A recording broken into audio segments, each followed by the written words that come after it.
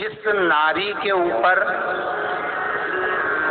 पितरों की छाया होती है, घर के बुजुर्गों की, घर के पूर्वजों की छाया होती है, ध्यान देना, वही व्रत श्रेष्ठता से कर पाती है।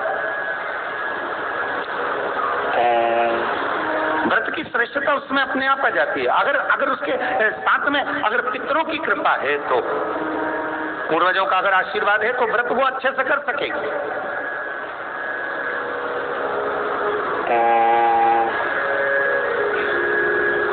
और सहज भाषा में समझ लीजिए, बहुत अच्छे से समझना इस बात को, कि मान लो, एक सरल भाषा में आप और अच्छे से समझिए उसको, बहुत अच्छे से, कि जिस व्रत के दिन आपका उपवास है, सोमवार का, मंगलवार का, बुधवार का, गुरुवार का, तीज का, चतुर्थी का, पंचमी का, छठ का, किसी का भी अगर आपका व्रत है, और उस व्रत वाले दिन यदि आपको क्रोध आ रहा है, व्रत वाले दिन अगर आपकी प्रवृत्ति चिड़चिड़ी हो रही है, क्रोध आ रहा है, अपशब्द निकल रहे हैं, रोना आ रहा है, क्रोध आ रहा है, बहुत सारी परेशानी उसी दिन तुम्हारे सामने आ रही है, समझ लेना कि तुम्हारे घर के पितृ भूखे जरूर है, अन्न भाग मांग रहे हैं। एक बात पहले भी कही थी, शायद आपको ध्यान में होगा, रात्रि को सोने के बाद, विश्राम के बाद, एक बार कहा था, आप लोगों को याद होगा, कि सोने के बाद में 2 घंटे के अंदर अगर आपकी नींद खुलती है, और खुलने के बाद यदि आपको भूख लग रही है, प्यास लग रही है, तो समझ लेना कि आपके पितर, आपके पूर्वज भूखे हैं, अन्न का भाग मांग रहे हैं, पानी पीने को मांग रहे हैं। उससे नहीं समझ सकते तो व्रत से समझो।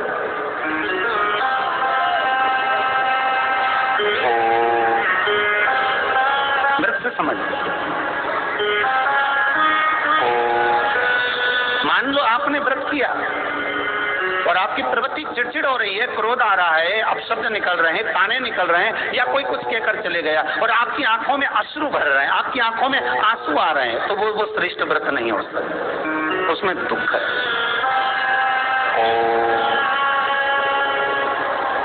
पुष्प ताजा है तो आप भगवान को दोगे, सही है कि गलत? केला अच्छा है तो भगवान को दोगे, और काला पड़ गया तो तुम भगवान को दोगे क्या? अंदर से गल चुका है तो भगवान को दोगे क्या? नहीं, आप भगवान को दोगे। कोई फल ताजा है तो आप भगवान को दे दोगे, कोई पुष्प ताजा है, अच्छा है तो आप भगवान को दोगे। अगर पुष्प मुरझा गया तो भगवान को दोगे क्या?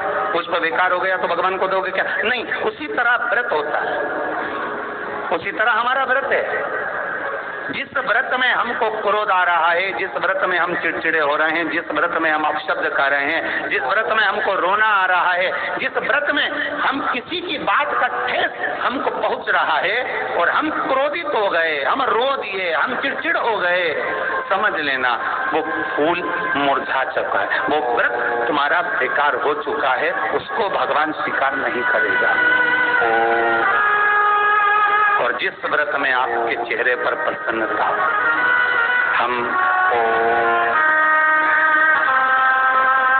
इस व्यासपीठ से कहना चाहेंगे कि जितने भी यजमान यहाँ कथा करवाने आते हैं, जितने भी यजमान यहाँ पहुँचते हैं या ऑनलाइन वहीं से बैठकर पूजन कर कर कथा करवाते हैं, हम उनको भी कहते हैं कि 7 दिन की आपकी शिव महापुराण की कथा है, 5 दिन की आपकी शिव महापुराण की कथा है, 9 दिन की आपकी शिव महापुराण की कथा है, शंकर की कथा, चाहे भागवत कथा हो, चाहे रामायण कथा हो, रामचरितमानस हो, चाहे गीता हो, जिस पुराण को आप बचवा रहे हो, जिस पुराण को आप करवा रहे हो, जो करवाने वाला होता है उसके चेहरे पर स्माइल होना चाहिए, प्रसन्नता होना चाहिए। क्यों? क्योंकि इस पुराण को आप अकेले नहीं सुन रहे, इस पुराण को आपके पितृलोक में विराजमान पितृ पूर्वज भी श्रवण कर रहे हैं। जितनी आपकी चेहरे पर प्रसन्नता होगी, उतनी आपके पूर्वज भर भर कर आशीर्वाद देंगे।